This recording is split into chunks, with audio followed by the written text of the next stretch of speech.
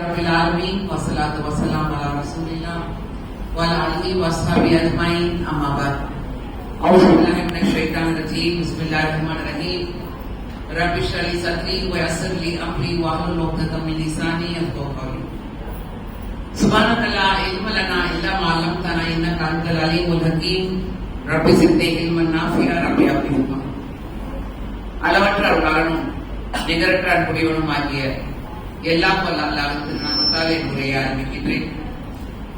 AMCA மஸ்ஜித் அசோக் நகரில் Abu Bakr Siddique charitable trust சார்பாக நம்முடைய அருமை சகோதரிகள் எல்லாம் ஒருங்கிணைக்கக்கூடிய இந்த பயான் நிகழ்ச்சியில் எனக்கு முன்னால் மிக சிறந்த ஒரு உரையாற்றிக்கூடிய அருமை சகோதரி ரஃபீகா அலிமா அவர்களுக்கும் இங்கே வருவதற்கு அவர்கள் போன் போட்ட உடனே மனது ரொம்ப அமைதியாயிடும். ஏன்னா பேரே சக்கீனா, அவங்க பேசினாலே சக்கீனத் தான் கிடைக்கும், அவங்க மெசேஜ் படிச்சா சக்கீனத் கிடைக்கும்.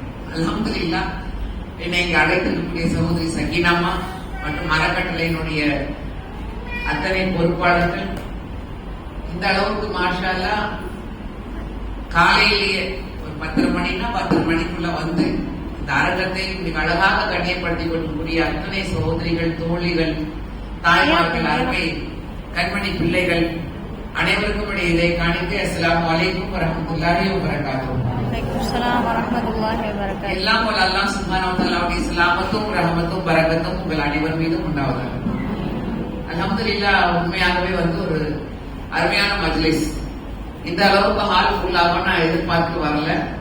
ஆனா மாஷா அல்லாஹ் எப்பொழுதுமே இங்கே இந்த பள்ளிவாசலில் நடக்கக்கூடிய நிகழ்ச்சியாக இருந்தாலும் சரி, இல்ல எங்கே அபூபக்கர் உடைய பேர்ல நடக்கக்கூடிய இந்த அறக்கட்டளை நம்ம சக்கீனாமா மற்றும் அரங்காவலர்கள்லாம் சேர்த்து நடக்கக்கூடிய நிகழ்ச்சியாக இருந்தாலும் சரி, அது நிறைய முகமது இருக்கும்.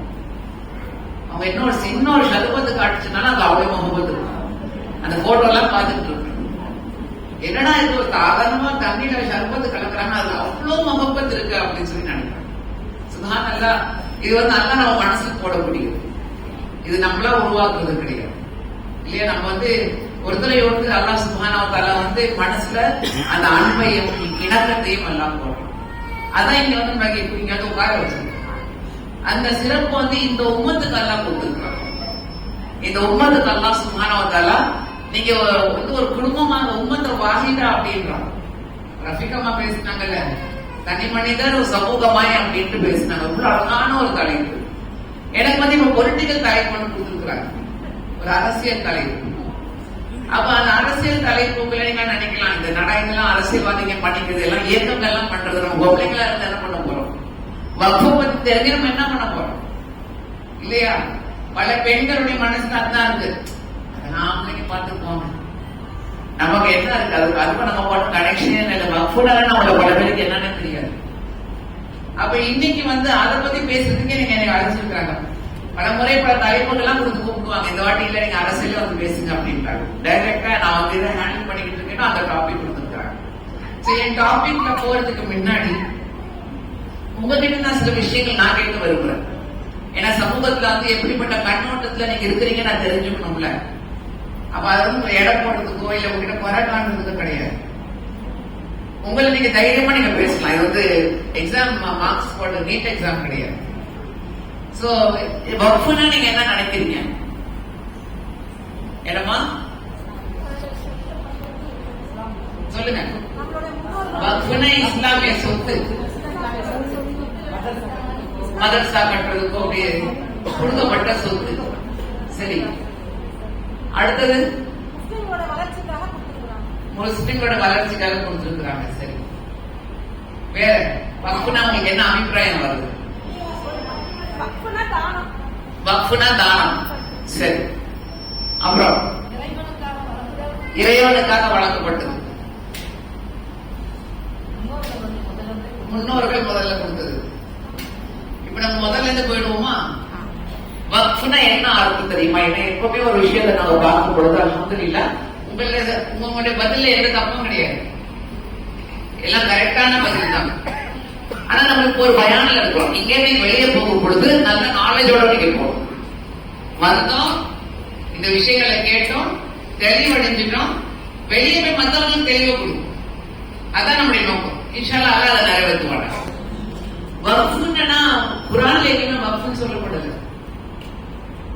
வக்ஃபுடைய அர்த்தம் என்ன தெரியுமா? நிறுத்தி வைக்கப்பட்டது, நின்னுடுச்சு, ஸ்டாப்ட். வக்ஃப் அப்படின்வாங்க, இன்டர்வெல், பிரேக். அப்ப இது வக்ஃப் என்றால் இது நிறுத்தி வைக்கப்பட்டிருக்கக்கூடிய ஒரு சொத்து. எதுக்கு நிறுத்தி வைக்கப்பட்டிருக்குன்னா இது அல்லாஹ்வுக்கு கொடுக்கப்பட்டது. யாரும் தனி மனிதர் சொந்தம் கொண்டாட முடியாது. This property belongs to the creator. அல்லாஹ்வுக்காக என்று கொடுக்கப்பட்டாச்சு. இது மேல யாரும் இதன் மீது சொந்தம் கொண்டாட முடியாது. அதனுடைய சொந்தக்காரன் அல்லாஹ். அதுதான் வக்ஃப். கொடுக்காச்சு, டெடிகேட்டட் டு அல்லாஹ். புரிஞ்சுச்சா? வக்ஃப்னு என்னன்னு புரிஞ்சுச்சா? சரி, இது எப்ப ஆரம்பிச்சிச்சு அப்படின்னு பாத்தீங்கன்னா, கண்மணி நாயகம் ஸல்லல்லாஹு அலைஹி வஸல்லம் காலகட்டத்தில் உமர் ரலியல்லாஹு அன்ஹு ஒரு விஷயத்தை சொல்றாங்க. இன்னார் இது சொத்தை எல்லாத்தையும் இப்படி கொடுக்க விரும்புறாரு. அப்ப கண்மணி நாயகம் ஸல்லல்லாஹு அலைஹி வஸல்லம் வழி வகுக்கிறாங்க. இப்படிதான் நீங்க கொடுக்கலாம், இப்படி எல்லாம் கொடுக்கலாம், இதில் ஒரு பாகத்தை அல்லாஹ்வுக்காக என்று கொடுத்து விடு, நீங்கள் பிற்காலத்தில் நன்மை செய்வீர்கள் அப்படின்னு சொல்லி வழிகாட்டுறாங்க. அப்ப இந்த வக்ஃபினுடைய இந்த பாரம்பரியம் இருக்குல்ல, பிகினிங் கண்மணி நாயகம் ஸல்லல்லாஹு அலைஹி வஸல்லம் காலகட்டத்திலே ஆரம்பிச்சிருச்சு. அப்ப இன்னைக்கு மிகப்பெரிய வக்ஃப் அரபுலகத்தில் யாரு கொடுத்திருக்கிறாங்க நீங்க பாத்தீங்கன்னா, உஸ்மான் ரலியல்லாஹு அன்ஹு அவர்கள் கொடுத்ததுதான் மிகப்பெரிய வக்ஃப். இன்னைக்கு மதீனாவுல மிகப்பெரிய பேரிச்ச பழத்தோட்டம், கிணறு, பெரிய சொத்து அவங்க அல்லாஹ்வுக்காக வேண்டி கொடுத்திருக்கிறாங்க. அங்க சில பலகைகள் எல்லாம் போட்டிருக்கோம். This property is endowment of Usman ibn Affan அப்படின்னு போட்டிருக்கோம். அதுல இருந்து வரக்கூடிய வருமானத்தை ஹாஜிகளுக்காக, ஏழைகளுக்காக, அனாதைகளுக்காக, அங்க இருக்கக்கூடிய தேவை உடையவர்களுக்காக, வறியவர்களுக்காக இன்னைக்கு அதுல இருந்து இன்கம் வருது, அது கொடுக்கப்படும். அப்ப வக்ஃப் அல்லாஹ்வுடைய பாதையில் வழங்கப்பட்டது. அது யாருக்கு பயன்படணும் அப்படின்னா தேவையுடையவர்களுக்காக ஆரம்பிக்கப்பட்டது. கண்மணி நாயகம் ஸல்லல்லாஹு அலைஹி வஸல்லம் காலகட்டத்தில் அது மிகப்பெரிய வாக்கிஃப், வக்ஃப் கொடுக்கக்கூடியவர் வாக்கிஃப். இப்ப என்னுடைய சொத்து, நான் அல்லாஹ்வுக்காக இதை வக்ஃப் பண்ணிட்டேன், இது எனக்கு சொந்தம் இல்லை, ஆனா அது யாரு வக்ஃப் பண்ணாங்க, நான் தான் வாக்கிஃப். புரியுதா? ரெண்டாவது விஷயம். ஓகே, இப்ப இந்தியாவுல வக்ஃப் என்ன நிலைமையில இருக்கு, எப்போ வந்துச்சு, என்னென்னமோ கேள்விப்படுறோம்ல. நீங்க என்னென்ன விஷயம் கேள்விப்படுறீங்க? தப்பான விஷயங்கள் என்ன கேள்விப்பட்ட? தப்பு இல்ல, என்ன கேள்விப்படுறீங்க? வக்ஃப்னா அந்த முஸ்லிம்கள்லாம் எந்த சொத்து ஒண்ணாலும் எடுத்து வக்ஃப்னு சொல்லிக்கலாம். முந்தி காலத்துல ஒரு கொஞ்சம் சொந்தராடி தான் இவங்க வக்ஃப் இருந்துச்சு. இப்ப நிறைய இடத்துல இவங்க அபகரிச்சுட்டாங்க. அதுல ஒரு செய்தி என்ன பரப்புறாங்கன்னா, முஸ்லிம்களுக்கு நீங்க வாடகைக்கு விட்டீங்கன்னா அவங்க வாடகைக்கு இருந்துட்டு போகும்பொழுது அதை வக்ஃப் பண்ணிட்டு போயிடுறாங்க. அப்புறம் அது நம்ம இடமா இல்லாம வக்ஃப் சொந்தம் கொண்டாடுது. அதே போல தமிழ்நாட்டில் இருக்கக்கூடிய வக்ஃபை பற்றி மிகப்பெரிய தவறான பிரச்சாரம் என்ன நடக்குதுன்னா, கோவிலேயே வக்ஃப் நிலம் சொல்லிட்டாங்க. பாத்தீங்களா இல்லையா? கோவிலேயே வக்ஃப் நிலம் சொல்லிட்டாங்க. அதனால இவங்க எல்லாம் நிலத்தை அபகரிக்கக்கூடியவர்கள் தான் வக்ஃப் அப்படின்ற ஒரு விஷயத்தையும், தப்பான விஷயத்தை பரப்புறாங்க. அப்ப ஒரு தப்பான விஷயத்தை பரப்பும் பொழுது இந்த உம்மத்தி முஹம்மதி ஸல்லல்லாஹு அலைஹி வஸல்லத்துக்கு அல்லாஹ் மிகப்பெரிய ஒரு கடமையை கொடுக்கிறார். ஒரு தவறை நீங்கள் பார்க்கும் பொழுது அதை நீங்கள் கையால் தடுத்து நிறுத்துங்க, அல்லது உடைய நாவால் தடுத்து நிறுத்துங்க. அது ரெண்டும் செய்ய முடியாது, அட்லீஸ்ட் மனசுலயாவது நீங்க துவா செய்யுங்கன்றாங்க கண்மணி நாயகம் சார். இப்ப இது வக்ஃப் அல்லாஹ்வுடைய ஒரு விஷயம், அல்லாஹ்வுக்கு சொந்தமானது. இதை பற்றி ஒரு தப்பான ஒரு பிரச்சாரம் நடக்கும் பொழுது நம்ம எல்லாருடைய பொறுப்பு என்ன இருக்கு? ஆண்களும் பெண்களும், ஆண்களுக்கு மட்டுமல்ல நமக்கும் இது பொறுப்பு. இந்த தவறை பற்றி நாம் எதிர்த்து சரியான பிரச்சாரம் செய்யணும். அதுக்கு நமக்கு முதல்ல நாலேஜ் இருக்கணும். அடுத்தது நம்ம முடிஞ்சா அதை போய் நம்ம பிசிக்கலி அங்கே போராட்டங்கள் நடக்குது, பிரச்சாரங்கள், கூட்டங்கள் நடத்துறாங்க, அதுல போய் நம்ம பிசிக்கலி கலந்துக்கணும். ஏன்னா ஒரு தவறை எதிர்த்து நம்ம கலந்துக்கிறோம். இல்ல உங்க வாயால நீங்க எவ்வளவு வீடியோஸ் வருது, இந்த ப்ரோக்ராம் இதுதான் ஏற்பாடு செய்யப்பட்டிருக்கு, அதுவும் உங்களால செய்ய முடியாது. என்ன செய்யணும்? அல்லாஹ்விடம் கையேந்தி துவா செய்யணும். எல்லாம் அநியாயம் நடந்துகிட்டு இருக்கு, இந்த அக்கிரமம் நடந்துகிட்டு இருக்கு, இதுக்கு நீதான் பாதுகாப்படன் என்று முதல்ல நம்மளுடைய பொறுப்பு நடந்துக்கணும். இப்ப இந்தியாவில் எப்ப வக்ஃப் ஆரம்பிச்சிச்சு அப்படின்னு சொன்னீங்கன்னா, பல நூற்றாண்டுகளாக இருக்கு. ஆனா குறிப்பிடத்தபடி பார்த்தோம்னா கருணை நாயகம் சிவாஜியுடைய காலகட்டத்தில் இங்க முஸ்லிம்கள் வந்தார்கள். இங்க முஸ்லிம்கள் இஸ்லாத்தை ஏற்றுக்கொண்டு இங்கே பரப்பினார்கள். அப்ப அந்த காலத்திலேயும் வக்ஃபுடைய ஒரு பாரம்பரியம் இருந்துச்சு. அப்ப இங்க எப்படி ஒரு டாக்குமெண்ட் பண்றாங்கன்னா, முகலாயர்களுக்கு முன்ன சுல்தானிய ஆட்சி நடந்துச்சு.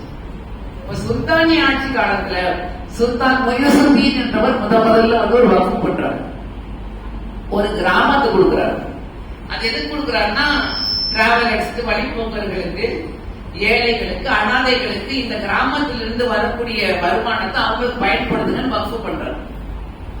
இது பாரம்பரியமா இருந்தது. இப்ப சென்னைக்கு வருவோம். சென்னையில நீங்க என்னென்ன வக்ஃபு கேள்விப்பட்டிருக்கீங்க? மயிலாப்பூர்ல இருக்கக்கூடிய வக்ஃபு, அப்புறம் ஒரு அடக்கத்துல இருக்க ராயப்பட்டாங்க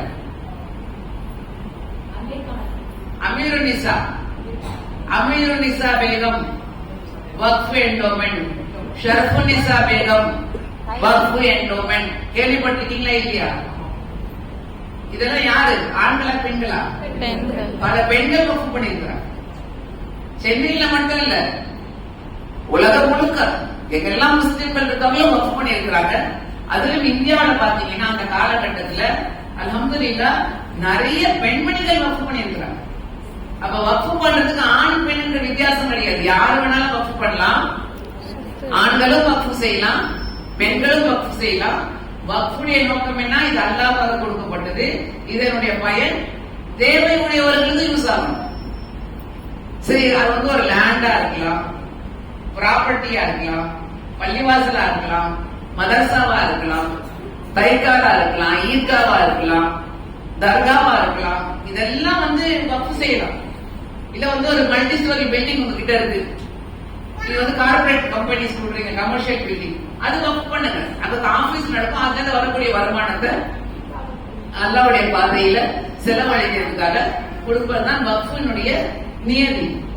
இப்ப இந்தியாவுல பல நூற்றாண்டுகளாக வக்ஃபு இருந்திருக்கு.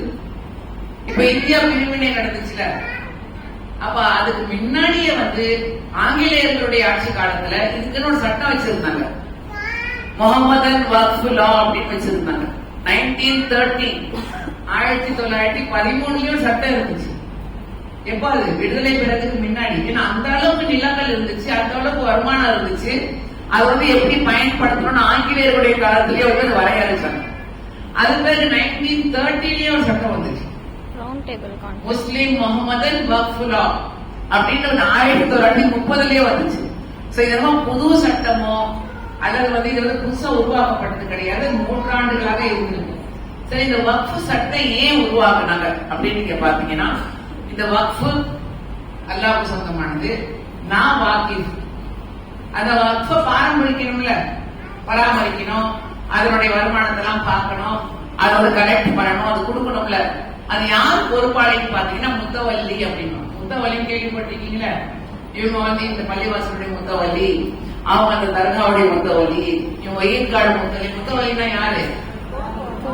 அவங்கதான் பாதுகாக்கிறது, மேனேஜர். அவங்க சொந்தக்காரன் கிடையாது, அந்த நேரத்துக்கு சொந்தக்காரர் அவர் கிடையாது. யங்ஸ்டர்ஸ்லாம் கிளாரிட்டியா தெரியுதா? ஏன்னா சில விஷயங்கள் நீங்க கிளாரிட்டியா தெரிஞ்சுக்கணும். இது நம்முடைய கடமை. ஏன்னா இது அல்லாஹ்வுக்காக வேண்டி இருக்கக்கூடிய ஒரு ப்ராப்பர்ட்டி. சாதாரணமா நினைச்சிடாதீங்க. வக்ஃபு ஏதோ எதை பத்தி பேசினாங்க நினைச்சிடாதீங்க. It's not rocket science. இது நம்முடைய ஷரியாவுடைய ஒரு பாகம். சோ முத்தவல்லி அதனுடைய சீஃப் மேனேஜர். முத்தவல்லி கூட இணை முத்தவல்லி இருக்கலாம். இப்ப இந்த முத்தவல்லிகளே பல கேட்டகரி இருக்கு. என்னென்ன கேட்டகரி இருக்குன்னா, இப்ப நான் ஒரு நிலத்தை வக்ஃபு கொடுக்கறேன்ல, நான் அந்த வக்ஃபுக்காக வேண்டிய ஒரு பத்திரம் எழுது, தான பத்திரம், டீட், வக்ஃபு டீட். அதை நான் சொல்லுவேன், எனக்கு பிறகு என்னுடைய மகன் அல்லது மகள் என்ன வேணாலும் எழுதலாம். அவர்களுக்கு பிறகு என்னோட மகன் வழி பேரன் பேத்தி இல்ல மகன் வழி பேரன் பத்தி இவங்க தான் முத்தவல்லியா இருப்பாங்க. அவங்க கூட இணை முத்தவல்லியா இந்த மஹல்ல வாசிகள் ஒரு 5 பேரோ 11 பேர் என்ன வேணாலும் எழுதுறோம். இணை முத்தவல்லியா ஒரு கமிட்டி ஃபார்ம் பண்ணுவாங்க. இது ஹெரிடேட்டரி வக்ஃப், பாரம்பரியமா வரக்கூடிய ஒரு பப்ளிக் வக்ஃப் இருக்கு. அதுல என்ன சொல்லுவாங்க, இது அல்லாஹ்வாக கொடுக்கப்பட்டிருக்கக்கூடிய வக்ஃபு. இது வந்து பரம்பரை வக்ஃபு கிடையாது. அந்த மஹல்லா வாசிகள் ஒரு கமிட்டியை போட்டு இதை முத்தவள்ளி, இணை முத்தவள்ளி, மேனேஜிங் கமிட்டில அவங்க தேர்ந்தெடுப்பாங்க, இல்ல நியமிப்பாங்க. It can be by nomination or by election. So முத்தவள்ளியோட பொறுப்பு என்ன? வாடகைக்கு விடணும். அந்த வந்து வாடகை வந்து அவங்க மந்த்லி அதை கலெக்ட் பண்ணணும். அது வந்து சரியா வந்து அக்கௌண்ட்ஸ் மெயின்டைன் பண்ணணும், செலவு பண்ணணும், நலத்திட்டங்கள் செய்யணும். இதுதான் வந்து முத்தவள்ளியுடைய மற்றும் அந்த கமிட்டி, அந்த ஜமாத்துடைய பொறுப்பு. புரிஞ்சுதா? இதுதான் வந்து அந்த சட்டம் என்ன சொல்லுச்சுன்னா, இதுதான் வக்ஃப் டீட்ல இருக்கிறபடி இந்த சட்டம் இவர்கள் மீது அமலாக்கப்பட்டது. அரசாங்கம் வந்து அவர்களுக்கு இப்ப இங்க பள்ளிவாசல் நடத்துறோம், இதுக்காக வேண்டிய என்ன செய்யறோம்? டாக்ஸ் கட்டுறோம், ஈபி கட்டணும், தண்ணி வருது, தண்ணிக்காக வேண்டிய டாக்ஸ் கட்டுறோம். அப்ப நம்ம வந்து இங்க லீகலி இருக்கிறோம். சும்மா நான் இங்க பள்ளிவாசல் கட்டிட்டு அப்படியே நடத்த முடியுமா? கரண்ட் கனெக்ஷன் கிடைக்குமா? தண்ணி சப்ளை வருமா? வராதுல்ல. அப்ப அதுக்குன்னு ஒரு சட்ட திட்டமே நம்ம ஃபாலோ பண்ணணும். அதுக்காகத்தான் முசல்மான் வக்ஃப் ஆக்ட் கொண்டு வந்தாங்க, ஆங்கிலேயருடைய காலகட்டத்திலே கொண்டு வந்தாங்க. அப்ப அந்தந்த காலகட்டத்துக்கு ஏற்ப அது வந்து அமெண்ட் பண்ணிக்கிட்டே வந்தாங்க. இந்தியா பிரிவினை நடந்துச்சு, அப்ப பல சொத்துக்கள் பிரிக்கப்பட்டது இல்லையா, நாடே பிரிவினை ஆயிடுச்சு. அப்ப 1955ல வக்ஃப் ஆக்ட் கொண்டு வராங்க. இந்தியன் வக்ஃப் ஆக்ட் தான் ஃபர்ஸ்ட். அதுக்கு முன்னாடி முசல்மான் வக்ஃப் ஆக்ட் இருந்துச்சு. இப்ப 1955ல முதல்ல வந்து ஒரு சட்டத்தை கொண்டு வராங்க. அதுல வந்து இதெல்லாம் திட்டங்கள்ல கொண்டு வராங்க. இதெல்லாம் வந்து வக்ஃப் இது சட்ட திட்டங்கள், இப்படிதான் முத்தவள்ளி இருக்கணும், இப்படிதான் வந்து ஹெரிடிட்டரி முத்தவள்ளி இருக்கணும், இப்படிதான் வந்து கமிட்டி ஃபார்ம் பண்ணணும், இப்படிதான் வந்து தேர்ந்தெடுக்கப்படணும், இல்ல நியமிக்கப்படணும்னா அந்த பல திட்டங்கள் இருக்கு. நம்ம போர்ட் மெம்பரா இருக்கிறதுனால உங்ககிட்ட விளக்கமா சொல்றோம். அது சொல்லுவாங்க, மஹல்லா வாசினா ஒரு 10 தெரு வடக்கு, 10 தெரு தெற்கு, பல ஊர்கள் நீங்களாம் வரீங்க, நீங்களாம் தெரிஞ்சுக்கணும். அப்ப அந்த போட்டிருக்கோம், வக்ஃப் டீட்ல போட்டிருக்கோம். வக்ஃப் டீட் இல்லாட்டி ப்ரொஃபார்மா இல்லாட்டி ஸ்கீம் டிகிரி. அதான் வந்து இப்ப எப்படி நிலம் வாங்கும்போது என்ன சொல்றோம்? பட்டா இருக்கா? ஒரு வீடு வாங்கும்போது என்ன சொல்றோம்? பட்டா கேட்கிறோம்ல. அது மாதிரி ஒரு வக்ஃப்னால அதனுடைய வக்ஃப் டீட் இல்லாட்டி ப்ரொஃபார்மா இல்லாட்டி ஸ்கீம் டிகிரி. அதான் அதனுடைய கான்ஸ்டிடியூஷன், அந்த நேரத்துக்காக வேண்டிய கான்ஸ்டிடியூஷன். இப்ப இது வந்து அல்ஹம்துலில்லாஹ் தொடர்ந்து போயிட்டு இருக்கு. அப்ப இந்தியா விடுதலை அடைஞ்ச பிறகு இது சட்டம் கொண்டு வரும் பொழுது என்ன செய்யறாங்க? சென்ட்ரல் வக்ஃப் கவுன்சில் ஒண்ணு இருக்கு. அது வந்து இந்தியாவில் இருக்கக்கூடிய பல்வேறு மாநிலங்கள்ல இருக்கக்கூடிய வக்ஃபை யூனிஃபைடா பார்க்கக்கூடிய சென்ட்ரல் வக்ஃப் கவுன்சில். அந்தந்த மாநிலங்கள்ல அந்த ஸ்டேட் வக்ஃப் போர்டு கான்ஸ்டிடியூட் பண்றாங்க. இப்ப தமிழ்நாடு வக்ஃப் போர்டு மெம்பர்னு சொன்னாங்கல்ல, அப்ப ஒரு வக்ஃப் போர்டு எப்படி இருக்கணும்? அந்த வக்ஃப் போர்டுடைய வேலை என்ன? முதல்ல வக்ஃப் என்னன்னு சொல்லிட்டேன் உங்ககிட்ட. செகண்ட் வக்ஃப் சட்டம் என்னன்னு சொல்லிட்டேன். இப்ப மூணாவது வக்ஃப் போர்டு. இப்ப கரண்ட் கட்டுறோம், எங்க போய் கட்டுறோம்? Electricity board. மெட்ரோ தண்ணி வருது, எங்க போய் கட்டுறோம்? மெட்ரோ வாட்டர் சப்ளைல போய் கட்டுறோம். அதுக்கு வந்து ஒரு வாரியம் இருக்குல்ல. அதே போல வக்ஃப் நிலங்களுக்காக சொல்லிட்டு பராமரிக்கிறதுக்கு ஒரு வாரியம். புரிஞ்சுதா உங்களுக்கு? அதான் வக்ஃப் போர்டு. வக்ஃப் 1, வக்ஃப் சட்டம் 2, மூணாவது வக்ஃப் போர்டு, அங்கீகரிக்கப்பட்ட வாரியம். அப்ப அந்த வாரியத்தை யார் இருக்கணும்? அந்த வாரியத்துல கான்ஸ்டிடியூட் பண்றாங்க மக்களால் தேர்ந்தெடுக்கப்பட்ட முஸ்லிம் எம்பிக்கள் 2 பேரு. அந்த மாநிலத்தை மக்களால் தேர்ந்தெடுக்கப்பட்ட 2 எம்எல்ஏக்கள். அடுத்தது அந்த மாநிலம் ஃபுல்லா பல வக்ஃப் இருக்குல்ல, அப்ப அந்த முத்தவள்ளிகள்லாம் சேர்ந்து அவர்கள் தேர்ந்தெடுத்த 2 முத்தவள்ளிகள். அதற்கு பிறகு அந்த மாநிலத்தை பார் கவுன்சில் இருக்குல்ல, வக்கீல்களுடைய பார் கவுன்சில். அப்ப 2 மூத்த முஸ்லிம் பார் கவுன்சில் வக்கீல்கள். அதற்கு பிறகு அந்த மாநிலத்தில் இருக்கக்கூடிய சுன்னத் ஜமாத்துடைய தலைமை காசி. அப்ப சுன்னத் ஜமாத்தோட ஷியா ஜமாத் இருக்கு, வட மாநிலங்கள்ல இங்கேயும் இருக்கு. அப்ப சுன்னத் ஜமாத் காசி, ஷியா ஜமாத்ல காசி, அதாவது மார்காரித்து. அது தவிர அரசாங்கத்துடைய முஸ்லிம் IAS அதிகாரி. இப்ப இவங்க எல்லாரும் வந்து வக்ஃப் போர்டு மெம்பர். இப்ப இந்த மெம்பர் எல்லாம் சேர்ந்து ஒரு சேர்மனை தேர்ந்தெடுப்பாங்க. இந்த மெம்பர்ஸ் எல்லாம் பராமரிக்கிறதுக்கு, இவங்களுடைய கோஆர்டினேட் பண்றதுக்கு அரசாங்கத்தின் சார்பாக ஒரு CEO, சீஃப் எக்ஸிகியூட்டிவ் ஆபீசர் முஸ்லிம் அணி அமைப்பாங்க. இதுதான் வந்து வக்ஃப் போர்டுடைய கான்ஸ்டிடியூஷன். இப்படிதான் இருக்கணும். மெம்பர்ஸ் எப்படி இருக்கணும், மெம்பர் மத்தியில வந்து ஒரு சேர்மன் அங்க இருக்கணும். இந்த போர்டை வந்து யார் வந்து ஒருங்கிணைப்பாங்கன்னா அரசாங்கத்தோட ஒரு முஸ்லிம் IAS அதிகாரி அவர் வந்து ஒருங்கிணைப்பார். அவர்தான் CEO. அந்த போர்டுக்காக வேண்டிய வருமானம், அந்த அரசாங்கத்தின் சார்பாக கொடுக்கப்படக்கூடிய கான்ட்ரிபியூஷன், அது இல்லாம அந்த மாநிலத்தில் இருக்கக்கூடிய வக்ஃபுங்களா இருக்குல்ல, இப்ப இந்த வக்ஃப் இருக்கு, இதுல இருந்து வந்து எனக்கு 1 லட்சம் ரூபாய் வருது. ஒரு வருஷத்துக்காக வேண்டிய வருமானம் 1 லட்சம் ரூபாய்னா 7,000 ரூபாய் நம்ம வக்ஃப் போர்டு கட்டணும். 7%. அந்த 7,000 ரூபாய் ஏன் கட்டணும்னா, நாளைக்கு எனக்கு ஏதாவது ஒரு சட்ட பிரச்சனையோ அல்லது இட பிரச்சனையோ வந்துச்சுன்னா அரசாங்கத்துடைய பாதுகாப்பு எனக்கு கிடைக்கும். ரெண்டாவது, அரசாங்கத்தின் சார்பாக மானியம் கொடுக்குறாங்கல்ல, இதை புதுப்பிக்கணும் இல்ல இதை வந்து எக்ஸ்டெண்ட் பண்ணணும், எக்ஸ்பேண்ட் பண்ணணும்னா அரசாங்கத்திலிருந்து எனக்கு இதுக்காக வேண்டிய கான்ட்ரிபியூஷன் கிடைக்கும். சோ ஃபார் எதுக்காக நம்ம வந்து டாக்ஸ் கட்டுறோம்? அரசாங்கம் நமக்கு தண்ணி சப்ளை பண்ணுது, ஆனா வாட்டர் டாக்ஸ் கட்டுறோம். ப்ராப்பர்ட்டி என்றுதான் ப்ராப்பர்ட்டி டாக்ஸ் கட்டுறோம். ஏன் கட்டுறோம்? நான் லீகலா என்னுடைய ப்ரொடெக்ஷனுக்காக நான் கட்டுறேன் இல்லையா? அதே போலதான் 7% வக்ஃப் போர்டு கட்டணும்.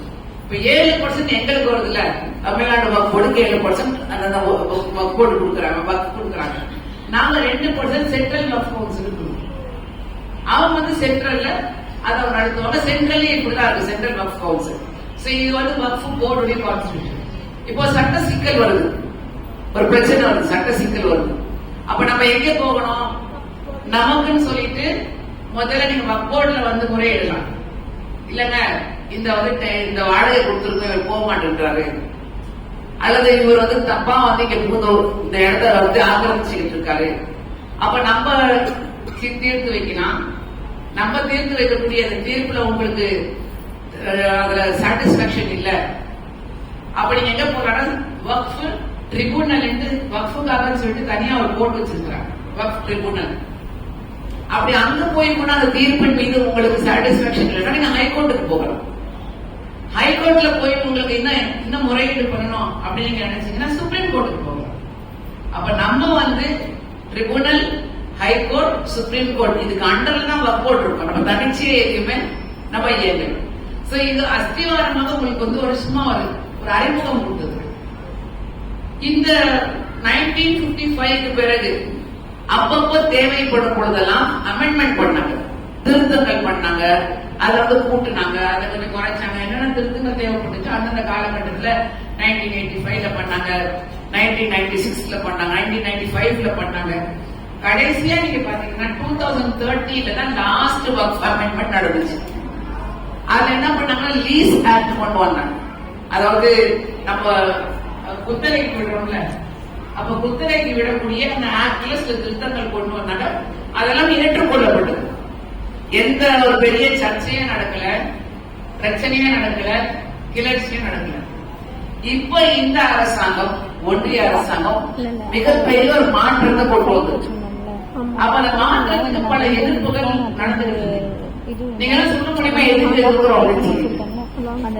இப்ப இந்த அளவுக்கு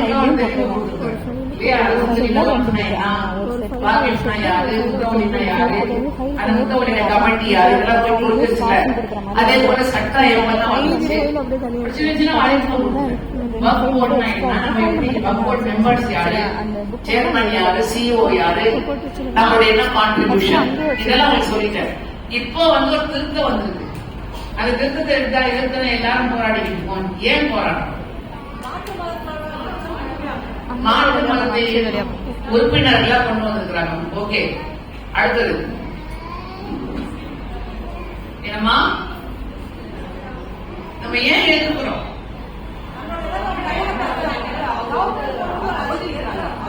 அவங்க அபகரிக்கிறாங்க. அப்புறம் எதிர்க்கிறோம்னா நம்ம தெளிவா இருக்கணும். ஏன் எதிர்க்கிறோம் தெரிஞ்சுக்கணும்ல. இப்ப நீங்க வந்து உங்க வீடு வச்சிருக்கீங்கம்மா, உங்க வீட்டுக்குன்னு வந்து சில சட்ட திட்டங்கள் இருக்கு, உங்களுடைய குடும்பம் அதை ஃபாலோ பண்ணிக்கிட்டு இருக்கு. உங்களுடைய வீட்டுல உங்களுடைய சம்பிரதாயங்கள் இருக்கு, உங்களுடைய பழக்க வழக்கம், உங்க கலாச்சாரம், உங்க பண்பாடு. யாராவது உங்க வீட்டுக்குள்ள உட்காந்து சட்டம் போடுறேன்னு சொன்னா ஏற்றுவீங்களா? இது நம்முடைய வீடு, என்னுடைய குடும்பம், நான் என்னுடைய விருப்பப்படி நான் அதை நடத்துறேன். நான் யாருக்கும் கஷ்டம் கொடுக்கல. அப்படிதான் நம்ம எதிர்ப்போம். யாராவது வீட்டுக்குள்ள வந்து உட்காந்துட்டு அவன் சட்டம் போட்டா ஏத்துக்குவோமா? நாளைக்கு வீட்டுக்குள்ள வந்துட்டு யார வந்து ஹிஜாப் போடக்கூடாது உங்க குடும்பத்துன்னு சொன்னா ஏத்துக்குவோமா? உங்க வீட்டுக்குள்ள வந்துட்டு இல்லங்க நீங்க இதெல்லாம் சாப்பிடக்கூடாதுதான் சாப்பிடணும்னு சொன்னா ஏத்துக்குவோமா? ஏங்க என் வீடு, என் குடும்பம், என் வருமானம், ஏன் சம்பாத்தியம், என் லைஃப், நான் உங்களுக்கு கஷ்டம் கொடுக்குறேன். நீங்க ஏன் வீட்டுக்குள்ள உள்ள கன்சல்ட் இப்படிலாம் சொல்றீங்க? சொல்லுவோமா இல்லையா? அவ இங்க அன்புள்ள சகோதரிகளை தெளிவா புரிஞ்சுக்கணும். இந்த சட்டத்தை நாம் எதிர்க்கக்கூடிய காரணம் என்ன தெரியுமா? ஃபர்ஸ்ட், இந்தியாவுடைய அரசியல் சாசனம் கான்ஸ்டிடியூஷன் இருக்குல்ல, இந்த நாட்டை கட்டி காக்கக்கூடிய சட்ட திட்டம் கான்ஸ்டிடியூஷன் தான். அப்ப அந்த கான்ஸ்டிடியூஷன்ல ஆர்டிகல் 26ல மிக தெளிவாக சொல்றாங்க, அந்தந்த மதத்தை பின்பற்றக்கூடியவர்களுக்கு மத சுதந்திரம் வழங்கப்பட்டது. இதுல யாரும் தலையிடோ மாற்றவோ நுழையவோ அவர்களுக்கு கஷ்டம் கொடுக்கவோ கூடாது. நம்பர் 1. அடுத்தது பிளேசஸ் ஆஃப் ரிலிஜியஸ் வர்ஷிப். முஸ்லிம்களுக்கு மட்டுமல்ல, ஒரு இந்து கோவிலையும் போய் நீங்க போய் உள்ள போய் இன்டர்ஃபியர் பண்ணக்கூடாது. கிறிஸ்டியன் சர்ச்சஸ் இருக்கு, சீக்கிய குருத்வாராக்கள் இருக்கு, யூதர்களுடைய சைனகாவ் இருக்கு. அப்ப அவங்கவுங்க மத கோட்பாடுகளில் அந்தந்த வழிபாட்டு தலங்களை யாரும் கஷ்டம் கொடுக்க கூடாது. அதை அவர்கள் பராமரிப்பார்கள். சட்டத்தை ஏற்றுக்கொண்டு அவர்கள் பராமரிப்பாங்க. நம்ம இஷ்டத்துக்கு போல கிடையாது. நமக்குன்னு ஒரு சட்டம் இருக்கு. அந்த சட்டத்தின் பிரகாரம் நம்ம அதை ஃபாலோ பண்ணுவோம். அப்ப இது வந்து அரசியல் சாசனத்தில் முஸ்லிம்களுக்கு மட்டுமல்ல, அனைத்து மதத்தை சார்ந்தவர்களுக்கும் வழங்கப்பட்டிருக்கக்கூடிய ஒரு உரிமை. அப்ப அந்த உரிமையை முதல்ல பறிக்கக்கூடிய விதத்தில் வேற எந்த மதத்துக்கும் செய்யாத ஒன்றை இன்னைக்கு மத்திய அரசாங்கம் வக்ஃப் திருத்த சட்டம் என்று ஒன்றை கொண்டு வரும். ஒரு சட்டம் கொண்டு வரணும்னா சகோதரிகளை நல்லா கிளியரா கேட்டுக்கோங்க. முதல்ல அந்த சட்டத்தை வந்து யாரு கேட்கணும்? பிரச்சனை இருக்குன்னா யாரு சொல்லணும்? நான் தானே சொல்லணும். ஏங்க இதுல கொஞ்சம் பிரச்சனை இருக்கு, கொஞ்சம் இதுல கொஞ்சம் மாற்றம் வேணும், இதை கொஞ்சம் திருத்த வேணும், அப்படிதான் முந்தைய காலகட்டத்தில் கேட்டார்கள், செய்தார்கள். எந்த பிரச்சனையும் வரல. ஆனா இப்போ இந்த திருத்த சட்டத்தை வக்ஃப் ட்ரிபியூனலும் கேட்கல, எந்த மாநிலத்துடைய வக்ஃப் போர்டும் கேட்கல, முஸ்லிம் ஜமாத்துகள் கேட்கல, முஸ்லிம்கள் கோரிக்கை வைக்கல, அவங்களாவே கொண்டு வர்றாங்க. அப்ப அவங்களா கொண்டு வரும்போது நீங்களா சொன்னீங்க தெரியுமா, எல்லாத்துக்கும் முதல்ல ஏன் எதிர்க்கிறோம்? என்னுடைய சுதந்திரம் நான் பெற்ற பொழுது இந்திய அரசியல் சாசனத்தில் எனக்கு வழங்கப்பட்டிருக்கக்கூடிய எல்லா பிரஜைகளுக்கும் வழங்கப்பட்டிருக்கூடிய உரிமையை பறிக்குது. நம்பர் 1. 2வது, நான் கேட்கவே இல்லை, நீங்களா கொண்டு வந்து இதை திணிக்கிறீங்க. 3வது, சரி நீங்க திணிக்கி நீங்க வந்து திருத்தணும்னு நினைச்சீங்களா, யாரை கன்சல்ட் பண்ணணும்? யாருக்கிட்ட கேட்டு இந்த சட்டத்தை கொண்டு வரணும்? நம்ம கிட்ட கன்சல்ட் பண்ணணும். வக்ஃப் போர்டு கிட்ட கன்சல்ட் பண்ணணும், வக்ஃப் ட்ரிபியூனல் கிட்ட கன்சல்ட் பண்ணணும், இல்ல முஸ்லிம் கம்யூனிட்டி கிட்ட கன்சல்ட் பண்ணணும். எதுவுமே கன்சல்ட் பண்ணல.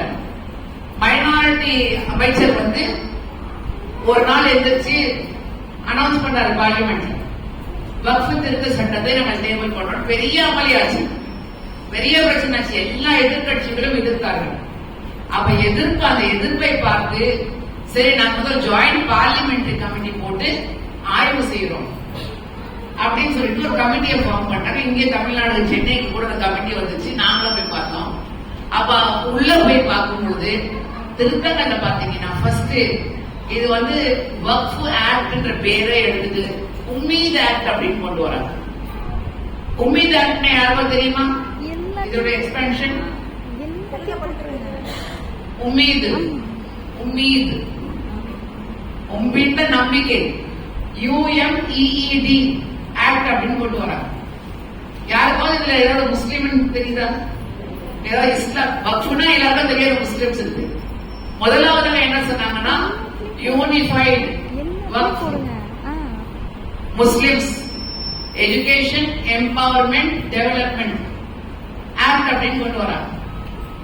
அப்படிதான் இன்ட்ரோடியூஸ் பண்றாங்க. அதுக்கு பிறகு யூனிஃபைட மட்டும் வச்சுட்டு வக்ஃபையும் முஸ்லிமும் எடுத்துறாங்க. Unified education empowerment development act, unified management education empowerment development act அப்படின்னு கொண்டு வராங்க. முஸ்லிமையும் எடுத்துறாங்க, வக்ஃபையும் எடுத்துறாங்க. அப்ப நம்ம பேர பேத்திகள் வரும் பொழுது வக்ஃப்னா என்னன்னு தெரியாது, முஸ்லிம்னாலே இப்படி சொத்துக்களா இருந்துச்சு தெரியாது. உண்மையிலே மட்டும் தெரிஞ்சிருக்கும் யூனிஃபைடு மேனேஜ்மெண்ட். ஏன்னா முஸ்லிமா இல்ல, வக்ஃபும் இல்லை. எஜுகேஷன் இருக்கு. எப்படி சொல்றாங்கன்னா உங்க எஜுகேஷனுக்காக தான், உங்க எம்பவர்மெண்ட்டுக்காக தான், உங்க டெவலப்மெண்ட்டுக்காக தான் சொல்லிட்டு அப்படியே பிரிச்சு இதை காட்டுறாங்க. முதல்ல பேரை மாத்துறாங்க. ரெண்டாவது மிகப்பெரிய ஒரு விஷயம் என்ன செய்யறாங்கன்னா, இப்ப தமிழ்நாடு, கேரளா, கர்நாடகா, ஆந்திரால வந்து ஹிந்து ரிலிஜியஸ் சேரிட்டபிள் என்டோமெண்ட் தனி மினிஸ்ட்ரி வச்சிருக்காங்க. அவர்களுக்கு தனியா ட்ரெயின் பண்ண ஐஏஎஸ் ஆபீசர் இருக்கிறாங்க, தனி கமிஷனர் இருக்கு. இப்ப ஹெச்ஆர்சின்னு சொல்றோம்ல, நம்முடைய மாண்புமிகு அமைச்சர் சேகர் பாபுவாட்டன் தமிழ்நாட்டில் இருக்காரு. எல்லாரும் பேப்பர்ல பாக்குறோம், எவ்வளவு கோவில்கள் எல்லாம் நிறைய விஷயங்கள் பண்ணிக்கிட்டு இருக்காங்க. அது ஹெச்ஆர்சியில போய் அரசாங்கம் முஸ்லிம்களையும் போடுங்க கிறிஸ்டியன்களையும் போடுங்கன்னா எப்படி இருக்கும்? ஏற்றுக்கொள்ளப்பட்டதா? நமக்கு என்ன தெரியும் அவங்களுடைய சடங்கை பற்றி, சம்பிரதாயங்களை பற்றி, அவங்களுடைய கோவில்களுக்கு ஒரு கோட்பாடுகள். ஒரு முஸ்லிம்கள் தெரிய வாய்ப்பு இருக்கா? அதே போலதான் வக்ஃபுக்கு நமக்கு கோட்பாடுகள். அப்ப இத்தனை வருஷமா 75 ஆண்டுகளுக்கு மேலாக முஸ்லிம்கள் தான் உறுப்பினர்களாக இருந்தார்கள். முஸ்லிம் தான் சேர்மனா தேர்ந்தெடுக்கப்பட்டார். ஒரு முஸ்லிம் சிஇஓ போட்டாங்க. வக்ஃபோர்டு ஆபீஸ்ல முஸ்லிம்கள் தான் பணியமர்த்தப்பட்டார். இந்த ஆக்ட்ல என்ன செய்யறாங்கன்னா, எந்த மதத்தை சார்ந்தவர்களும் இதில் மெம்பரா இருக்கலாம். எம்பிக்கள் முஸ்லிம் எம்பிக்கள் இருந்தாங்க, எந்த எம்பி வேணாலும் இருக்கலாம், மற்ற மதத்தை சார்ந்தவர்களும் இருக்கலாம். எம்எல்ஏக்கள் 2 எம்எல்ஏக்கள் முஸ்லிம் எம்எல்ஏக்கள் தான் இருந்தாங்க. அதுலயும் வந்து மாற்றம் கொண்டு வர. அப்ப நம்ம வக்ஃப பராமரிக்கிறதுக்கு ஒரு முஸ்லிம்க்கு தெரியுமா இல்லது மாற்று மதத்தை சார்ந்தவர்களுக்கு தெரியுமா? முதல்ல பேரை மாத்துறாங்க, ரெண்டாவது உறுப்பினர்களை மாத்துறாங்க, மூணாவது அவங்களுக்கு வக்ஃப் ட்ரிபியூனல் சொன்னேன்ல, சட்ட சிக்கல் வருது, நீங்க வக்ஃப் ட்ரிபியூனலுக்கு போலாம், இல்ல கோர்ட்டு ஹைகோர்ட்டுக்கு போலாம், இல்ல சுப்ரீம் கோர்ட்டுக்கு போலாம். அப்ப வக்ஃப் ட்ரிபியூனல்ல என்ன சட்டம்னா, இந்திய அரசாங்கம் அங்கே ஒரு முஸ்லிம் ஜட்ஜ் இருப்பாரு, அவருக்கு வந்து அங்க வழிகாட்டுவதற்காக ஒரு முஸ்லிம் மார்க்க அறிஞர் இருப்பாரு, 2 மூத்த வழக்கறிஞர்கள் அட்வைசரா இருப்பாங்க. அதே இடத்துக்கு முஸ்லிம் மார்க்க அறிஞர் இருக்க தேவையில்லை, ஒரு முஸ்லிம் ஜட்ஜ் தான் இருக்கணும்னு தேவையில்லை அப்படின்ட்டு அந்த கோர்ட்ல இருக்கக்கூடிய சட்ட திட்டங்களை மாத்துறாங்க. அதற்கு அடுத்து ரொம்ப அபாயகரமான விஷயம், வக்ஃப் போர்டு இருக்குல்ல, இந்த 7% நீங்க கொடுத்துருக்கீங்க, அதை நான் சொன்னல எடுத்து நம்ம ஹெல்ப் பண்ணுவோம் அப்படின்னு. முக்கியமான ஒரு விஷயம், வக்ஃப் போர்டு என்ன செய்யணும், இல்லீகல் என்க்ரோச்சஸ் நம்ம வெளியேற்றணும். சட்ட ரீதியாக நம்ம வந்து நடவடிக்கை எடுத்து, யாராவது வக்ஃப் லேண்ட்ல என்க்ரோச் பண்ணி இல்லீகலா உட்கார்ந்துருந்தாங்கன்னா அவங்களுக்கு பிபி ஆக்ட் போட்டு அவங்கள வெளியேற்றுவோம். அதனோட பெரிய பவர்.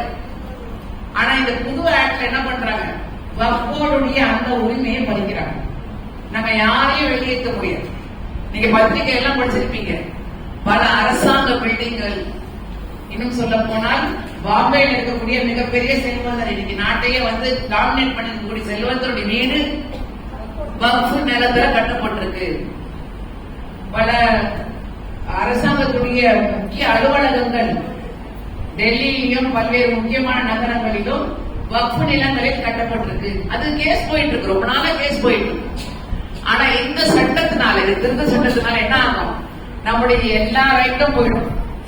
யார் வந்து உள்ள புந்து உட்கார்ந்துருக்கானோ அவங்க நிலத்துக்கு சொந்தக்காரன் ஆயிடும். ஆனா வெளியேற்ற முடியாது.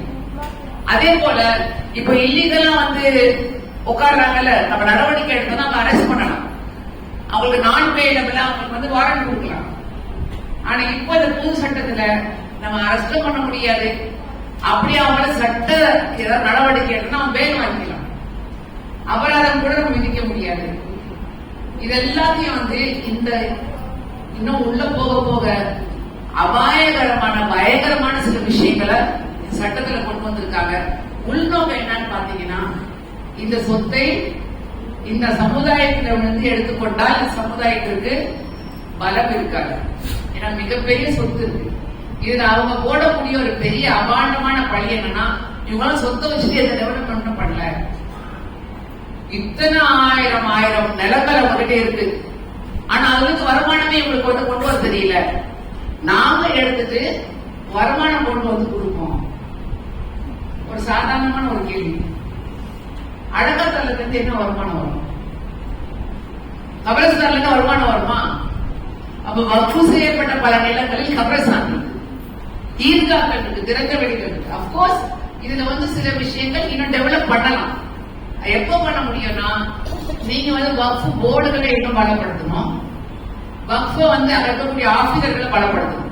உண்மை நிலவரம் என்னன்னு பாத்தீங்கன்னா சகோதரிகளை, பல மாநிலங்களில் வக்ஃபு போர்டுல மெம்பர்ஸே இன்னும் கான்ஸ்டியூட் பண்ணாம இருக்கிறாங்க. இப்ப நம்முடைய சேர்மன் இருக்காரு, தமிழ்நாடு சேர்மன், அவர் இந்த பிரச்சனை எல்லாம் வந்த பிறகு அதுக்கு முன்னாடியே போய் மத்தியத்தில் இருக்கக்கூடிய அமைச்சர்கள் பாக்குறாங்க, மைனாரிட்டி அமைச்சரை பார்த்து சொல்றாங்க, நாங்க தமிழ்நாட்டுல இதெல்லாம் டெவலப் பண்ண விரும்புறோம், எனக்கு மானியம் கொடுங்க, ஃபண்டிங் கொடுங்க. நாம பள்ளிவாசல், மதரசாக்கள், ஸ்கூலு, ஹாஸ்பிட்டல் இதெல்லாம் நம்ம கட்ட விரும்புறோம், எங்களுக்கு நீங்க மானியம் கொடுங்கன்னு சொன்ன பொழுது, நீங்க போய் வக்ஃபு ட்ரிபியூனல்ல போய் கேட்டுக்கோங்க, உங்கள்ட்ட தனியா வக்ஃபு ட்ரிபியூனல் இருக்கு அப்படின்னு சொல்றாரு. இப்போ வக்ஃபு ட்ரிபியூனல்ல போய் நம்ம சேர்மன் கேட்க போனா அவங்க என்ன சொல்றாங்க, வக்ஃபு ட்ரிபியூனல் 4 வருஷமா கலைஞ்சு இருக்கு, மெம்பரே போடாம. அப்ப கொஞ்சம் நீங்க யோசிச்சு பாருங்க, எந்த அளவுக்கு இந்த சமுதாயத்துடைய உரிமைகள் பறிக்கப்பட்டிருக்கு, இந்த சமுதாயத்துக்கு எந்த அளவுக்கு மோசடி செய்யப்பட்டிருக்கு, இந்த சமுதாயத்தை எந்த அளவுக்கு ஏமாற்றப்பட்டிருக்கோம். ஆனா நம்ம என்ன சொல்லிட்டு இருக்கோம், अपना क्या हुआ है, क्या दिन कर लोग जाते हैं, खासकर खवातीन हम कुछ भी नहीं पका डाले, क्या baby making machine, biryani making machine அப்படிதான் நம்ம பாக்குறாங்க. முஸ்லிம் பொம்பளைங்க நல்லா போத்திக்குவாங்க, பாக்கணும், நல்லா சமைச்சு கொடுப்பாங்க, நல்லா பெற்று போடுவாங்க. அதுக்காக அதெல்லாம் படிச்சிருக்கிறான். ஒரு தனி மனிதர் சமுதாயமாயிட்டு ஒரு தலைப்பு எவ்வளவு அழகா சொல்றாங்க. அந்த ஒண்ணே ஒண்ணு ஆட் பண்ண மட்டும் இருக்கிறேன். அங்கே இப்ராஹிம் அலைஹிஸ்ஸலாத்தை பற்றி, இஸ்மாயில் அலைஹிஸ்ஸலாத்தை பற்றி இவ்வளவு அழகா சொல்லி இருக்கிறாங்க. மாஷா அல்லாஹ், அல்லாஹ் உங்களுக்கு அவருடைய பேச்சு திறனை எல்லாம் பாதுகாத்து வச்சு இன்னும் நிறைய பேர் பலன் அடையும். கேட்டுக்கிட்டே போறாங்க, சுந்தரிங்க அவ்வளவு அழகா குர்ஆனுடைய ஆயத்துகளோட எவ்வளவு சிறப்பா வளர்க்கிறாங்க. இல்ல சகோதரிகளை, ஆஸ் எ லேடி நம்மள யாரோட கனெக்ட் ஆகணும்?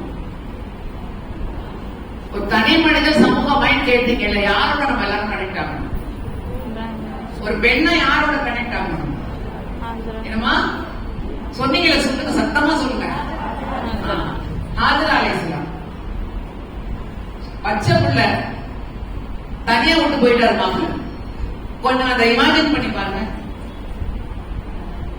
பால் கொடுக்குற பச்சை பிள்ளை, இவங்க வயசானவங்க குழந்தைய பெற்றுட்டு இருக்கிறாங்க.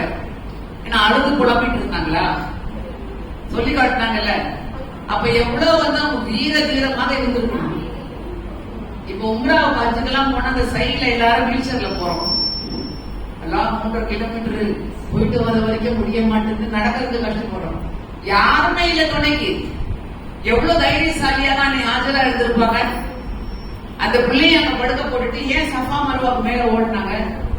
ஏன்னா இது ஒரு மலை குன்று, அது ஒரு மலை குன்று, இது நடுவுல கொஞ்சம் டவுன் பார்ட், குழந்தைய போட்டுக்கிறாங்க. மலைக்கு மேல போய் யாரும் வர கோஷிஷ், முயற்சி எடுத்தாங்களே இல்லையா? அப்படியே உட்காந்து அக்கா குடும்பம் எல்லாம் குடும்பம் உட்காரலையே, மலைக்கு மேல ஏறுறாங்க. தரமட்டமாக்கி எல்லாம் பழனி மேல ஃப்ளோர் போட்டுருக்காங்க. அங்க ஏறி பாக்குறாங்க, யாராவது காரம் வந்து போதா, பயனாளிகள் போறாங்களா, மழை ஓடு புள்ள உயிரோட இருக்கா இல்லையான்னு பார்த்து இந்த பக்கம் ஓடுறாங்க. தொங்கோட்டை ஓடணும், அவங்க எப்படி ஓடி இருப்பாங்களோ, எப்படி எல்லாம் ஓடி இருப்பாங்க. அதான் இன்னைக்கு எல்லாம் மாஃப் பண்ணிட்டேன், பொம்பளைங்க ஓடாதுங்க. அந்த பச்சை வெள்ளத்துக்கு நடுவில் இன்னும் ஃபாஸ்டா ஓடுனாங்க அந்த பிள்ளைய பாக்குறதுக்கு. மலைக்கு மேல ஓடினாங்க. இப்ப ஒரு கேள்வி அழகா சொன்னாங்க, அல்லாஹ் மாணவர் ஜிப்ரீல் அலைஹிஸ்ஸலாம் அனுப்பி வச்சான். அங்க என்ன வந்துச்சு? ஜம்சம் வந்துச்சு. அதோட ஃபாஸ்ட் ஃபார்வர்டுக்கு அடுத்த எபிசோடுக்கு போயிட்டாங்க. அந்த எபிசோடுக்கு மட்டும் எல்லாரும் கூப்பிட்டு வர தண்ணி வந்த பிறகு என்ன ஆச்சு சொல்லிட்டாங்க. அப்புறம் மக்கள் அருமையா சொல்றீங்க. பறவைகள் ஒரு விஷயத்த அல்லாஹ் குர்ஆன்ல ஒரு விஷயத்த ஒரு சம்பவத்தை சொல்றான்னா அத பல்வேறு கோணங்கள்ல யோசிக்க. அப்பெல்லாம் இந்த தப்போருனல் குர்ஆன் அப்படின்றாங்க. குர்ஆனை பற்றி இப்ரத் பட மாட்டீங்களா, சிந்திக்க மாட்டீங்க என்றார் அல்லாஹ் சுப்ஹானஹு வ தஆலா. அப்பெல்லாம் யாக்கினும் நீங்க அறிவுடையவர்களாக இருக்க மாட்டீங்களா, சும்மா அப்படியே கிளிப்பில மாதிரி படிச்சுட்டு போயிட்டீங்களா? நல்லா கேட்கறாங்க. இதை கொஞ்சம் யூஸ் பண்ணுங்கன்றாங்க. இங்க ஹாஜரா அலைஹிஸ்ஸலாம் தண்ணி வந்த பிறகு சொன்னாங்க பாருங்க, எங்கே தண்ணி இருக்கோ என்ன ஆகும்? பறவைகள் வட்டமிடும். எங்கே தண்ணி இருக்கோ என்ன வளரும்? செடி கொடிகள் வளரும். பாலைவனத்துல இதெல்லாம் வந்து கோல்டு. பாலைவனத்துல போறாங்கல்ல, அப்ப இப்ப நம்ம எல்லாம் பார்த்து கூகுள் மேப் போட்டு போயிடுறோம் இல்ல, கூகுள் மேப் போட்டு போயிடும். அந்த காலகட்டத்துல பாலைவனத்துல போனோம்னா வந்து எங்க போய் ஓய்வு எடுக்கணும், வானத்தை பார்ப்பாங்க, எங்க பறவைகள் வட்டமிட்டு இருக்கு, அப்ப அந்த தண்ணி இருக்குன்னு அர்த்தம். அப்ப அதை நோக்கி போவாங்க. அப்ப இங்க ஹாஜரா அலைஹிஸ்ஸலாத்துக்கு கிழவிங்க எல்லாம் கேட்கணும், என்ன சேர்த்து போட்டு வயசான அம்மா, ஒண்ணுமே தெரியாது, கூட துணைக்கு யாரும் இல்ல, பச்சை புள்ள கையில இருக்கு. நீங்க யோசிக்க கூடாது, ஆனா பாட்டி ஆயிட்டேன், நான் பூட்டி ஆயிட்டேன், எனக்கு ஒண்ணும் தெரியாது. ஹாஜரா அலைஹிஸ்ஸலாத்தை பார்த்து கத்துக்கோங்க. தண்ணியை நோக்கி பயனாளிகள் வரும் பொழுது ஹாஜரா அலைஹிஸ்ஸலாம் எப்படி ஹேண்டில் பண்றாங்க? அவங்க தண்ணியை கேட்க வராங்க. என்ன சொல்றாங்க? இது எனக்கு சொந்தம், அதான் எனக்கு கொடுக்குது, நான் தண்ணி கொடுத்தா நீங்க என்ன கொடுப்பீங்க? திஜாரத்து எல்லாம் பண்றவங்கள இப்ப திஜாரத் நிசா அப்படிலாம் வச்சிருக்கிறோம், உமன் ஆண்டர்பிரினர்ஸ் அப்படிலாம் குரூப் வச்சிருக்கோம். யார் ஆரம்பிச்சு விட்டது? அங்க சொல்றாங்க தண்ணி கொடுக்கறாங்க, நீங்க என்ன கொடுக்க போறீங்க? அப்ப என்ன வருதாங்க?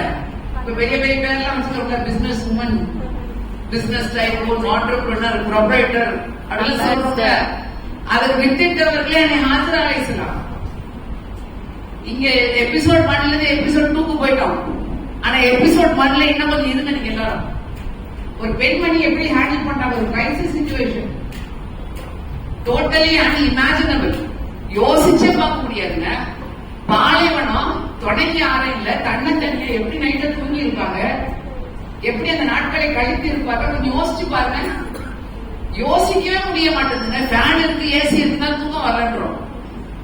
நீங்க இல்லையே நான் தனியா எப்படி தூங்குறதுன்னு சொல்றோம். அல்லாஹ் வீட்டுல என்ன தனியா விட்டு போறீங்களே, யாராவது அம்மா வீட்டுக்கு போயிடவா இல்ல லாதா வீட்டுக்கு போயிடுவான்னு கேட்கிறோம். இங்க பாலைவனம் எப்படி இருந்திருப்பாங்க, ஒரு புல் பூச்சி கூட முளைக்காத இடம். சுப்ஹானல்லாஹ், எவ்வளவு துவா செய்யணும் அந்த தாய்க்கு நம்ம. அப்ப தண்ணி வந்த உடனே ஒரு தைரியமாக, வீரமாக, புத்திசாலித்தனமாக எல்லா திறமையும் பயன்படுத்தி நான் கொடுக்குறேன், நீ என்ன கொடுக்குற. அப்புறம் ரொம்ப நாட்களுக்கு பிறகு இப்ராஹிம் அலைஹிஸ்ஸலாம் திரும்பி வராங்க. அது வரைக்கும் இந்த பாலைவனம் என்ன இருக்கு? சோலைவனமா இல்ல, மிகப்பெரிய பயங்கரமான ஒரு வணிக நகரம் சொல்றோம்ல, மேன்ஹாட்டன் அப்படின்றோம், கல்கத்தா, பாம்பே, பெரிய பெரிய நகரம் சொல்றோம். அது மாதிரி நகரமா மாறி இருக்கு. யாருக்காக நகரமா மாறிச்சு? சுப்ஹானல்லாஹ், எப்படிப்பட்ட ஒரு பெண்மணியா இருந்திருப்பாங்க. தன்னை கற்பை பேணி காத்து அந்த பிள்ளைய நல்லபடியா வளர்த்து இங்க பிசினஸ் பார்த்துக்கிட்டு அந்த நகரத்தை உருவாக்கிய அது உம்முல் குரா அப்படின்றாங்க. அந்த மக்கமா நகரத்துக்கு உம்முல் குரான் பேரு. அந்த உம்முல் குரா பார்க்கணும்னா ஹாஜரா அலைஹிஸ்ஸலாம் உம்முல் குரான் என்ன அர்த்தம்? மதர் ஆஃப் ஆல் சிட்டிஸ், நகரங்களின் தாய். அந்த நகரங்களின் தாயுடைய தாய் யாரு? ஹாஜரா. சுப்ஹானல்லாஹ், யோசிச்சு பாருங்க, நம்ம எங்க நிக்கிறோம், நம்முடைய நிலைமை என்ன, நம்ம திறமையை வச்சுட்டு என்ன பண்ணிக்கிட்டு இருக்கோம், நம்முடைய அறிவை வச்சுட்டு என்ன பண்ணிக்கிட்டு இருக்கோம், நம்முடைய வீரம் எங்கே போனது. ஒரு கூட்டத்தை கூப்பிட்டா என்ன சாப்பிட்டு கொடுப்பாங்க? வேன் இருக்கா கூப்பிட்டு போயிட்டு வருதுக்கு? जा करके कभी मिलेगा कि क्या बांटते कर, क्या बांटते कर, हंसते என்ன கேட்டுப்பாங்க ஹாஜரா அலைஹிஸ்ஸலாம். चुपके बकरा गाय को काट कर वो गोश्त को कबाब डालने को खाने करने का बड़ी बात है. वो तकवा आना दिल में, वो हिम्मत आना, वो ताकत आना, वो अकलमंदी पैदा होना, बहादुरियत आना, ரைட். ஹர்கத் கர் பர்கத் மிலேगा. நீங்க ஹர்கத் பண்ணாதான் உங்களுக்கு பர்கத் கிடைக்கும். இன்னைக்கு இந்த சாபக்கேடு வந்து நம்ம எந்த ஹர்கத்தும் பண்ணலையே, எதுவுமே செய்யல, தின்றதை விட எதுவுமே செய்யலையே. அந்த சகோதரர்கள் வக்ஃப் டாபிக் வந்துரும். ஆமா ஆமா அல்ஹம்துலில்லாஹ் நம்முடைய இந்த மகிழ்ச்சி கொண்டு போனாங்க. எந்த நோக்கத்தோடு நம்மளாலே சேர்ந்து நம்மளாலே ஏற்றுக்கொள்வாங்க. பாம்புக்கும் விகாமத்துக்கும் நடுவில் இருக்கக்கூடிய நேரம் ரொம்ப முக்கியமான ஒரு நேரம். இந்த நேரத்தில் கேட்கக்கூடிய துவாக்களை அல்லாவிட்டு அப்ப அல்லாஹ் சுப்ஹானஹு வ தஆலா முதலாவதாக கையெழுத்து துவா செய்வோம். ஒரு பதட்டமான நிலைமையில் நம்முடைய நாடு போயிட்டு எல்லாம் எந்த விதமான போர் இல்லாமல் இந்த நாட்டை எல்லாம் காப்பாற்று. இந்த பகல்காமில் உயிர்த்துறத அந்த மக்களுக்கு அந்த குடும்பத்தாருக்கு எல்லாம் பொறுப்பை எல்லா நியாயத்தையும் யாரெல்லாம் இந்த அநியாயத்தை பண்ணியிருக்கிறார்களோ எல்லாம் அநியாயக்காரர்களை எல்லாம் இல்லாமல் ஆகும். நாட்டை பிளவாட துண்டாட காத்துக் கொண்டிருப்பவர்களை எல்லாம் நாசமாக்குவார்கள். நாட்டு மக்கள் மத்தியில ஒற்றுமையையும் சகோதரத்துவத்தையும் நியாயத்தையும் தர்மத்தையும் வெளிநாட்டக்கூடியவர்கள் எல்லாம் பண்ணியிருப்பாங்க. தாய்நாட்டை எல்லாம் என்றைக்கும் பாதுகாப்புடைய ஒரு நாடாக எல்லாம் வைப்பாங்க. முதல்ல தாய்நாட்டுக்காக துவா செய்யறப்போ கடமை. அதே போல நம்முடைய மாநிலத்துக்காக துவா செய்யணும். முன்னோடி மாநிலமாக இன்னைக்கு தமிழ்நாடு திகழ்ந்துட்டு இருக்கு. ஒரு நல்ல ஒரு ஆட்சி நடந்துட்டு இருக்கு. அல்ல இந்த ஆட்சியை பாதுகாக்கணும். இப்படிப்பட்ட நல்ல ஆட்சி நடத்தி இங்க அரசியல் ரீதியாக அதிகமாக பேசல. ஆனா நமக்கு யாரு நமக்குன்னு சொல்லும்போது முஸ்லிம்களுக்கு மட்டுமல்ல, இந்த மக்களுக்கு யாரு சரியாக வந்து ஆட்சி செய்து கொண்டிருக்கிறார்களோ அல்ல அவர்களை பாதுகாத்து வைக்கணும். நம்ம எல்லாரும் துவா செய்யணும். அதற்கடுத்து நம்முடைய இந்த முஸ்லிம் சமுதாயம் இன்னைக்கு கிள்ளைக்கீரையாக ரொம்ப அநியாயமாக ஒரு தவறான வந்து ஒரு narrative wrong narrative change the narrative மாத்துங்க. உங்களை பத்தி ஒரு இமேஜ் அல்ஹம்துலில்லாஹ் சென்னை கார்பரேஷனுடைய கவுன்சிலரா இருக்கு. 861வது வார்டு கவுன்சிலர். 200 கவுன்சிலர்களை நான் மட்டும்தான் இந்த உடையோடு உள்ள போகக்கூடிய கவுன்சிலர். ஆனா அல்லாஹ்வுடைய எல்லா புகழும் அல்ஹம்துலில்லாஹ் அங்க கிடைக்கக்கூடிய வாய்ப்பை நான் போவதற்கு முன்னாடியே சரியாக அதை பற்றி படித்து விட்டு அதை பற்றி சட்ட ரீதியாக பேசும்போது எல்லாரும் பாராட்டுறாங்க. அப்ப அறிவுக்கு திறமைக்கு எங்குமே வந்து அங்கீகாரம் உண்டு. உங்களை யாரும் ஒதுக்க மாட்டாங்க. சொன்னாங்கல்ல, இது வந்து ஒரு போராட்டம். தாடி வைப்பது ஒரு போராட்டம், தொப்பி போடுவது ஒரு போராட்டம். உங்களுடைய ஒரு அடையாளம் போராட்டம் என்றால் அல்லாஹ்வுக்காக வேண்டி செய்யுங்கள். நல்லா பேசலாம். இப்ப அரசியல் களத்தில் அல்ஹம்துலில்லாஹ் ஒரு 25 ஆண்டுகளாக இதே அடையாளத்தில் தான் இருக்கின்றன. அது எல்லா புகழும் அல்லாஹ்வுக்கு.